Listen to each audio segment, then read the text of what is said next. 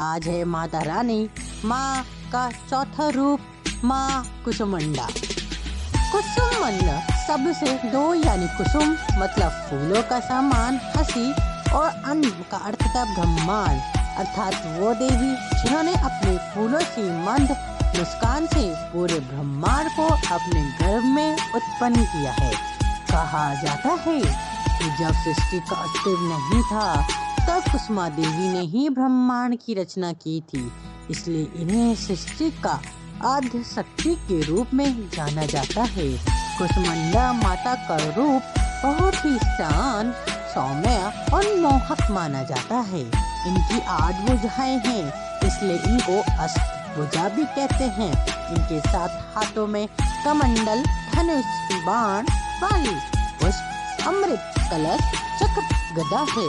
8वें हाथ में सभी सिद्ध को देने वाले की जप माला है। कुसुमंडा माता का वाहन सिंह है।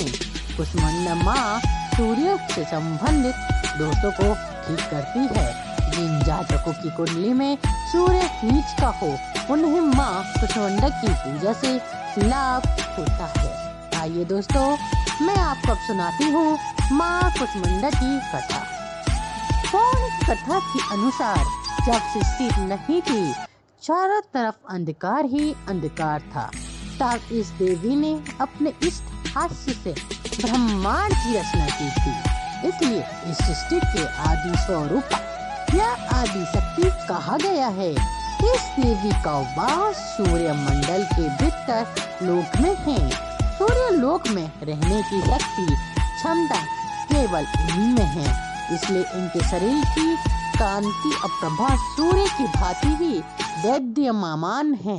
इनके ही तेज से 10 दिशाओं आलोकित है।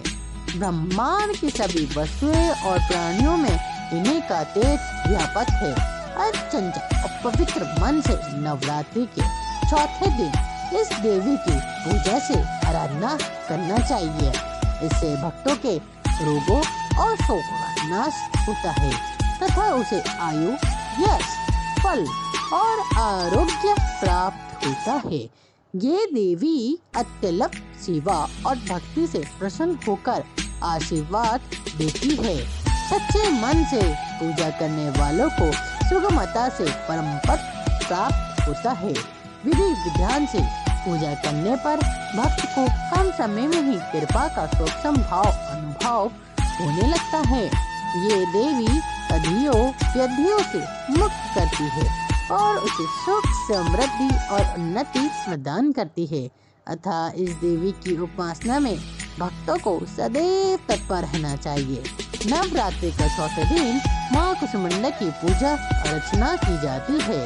बोलो माँ कुसुमंडा की जय हो।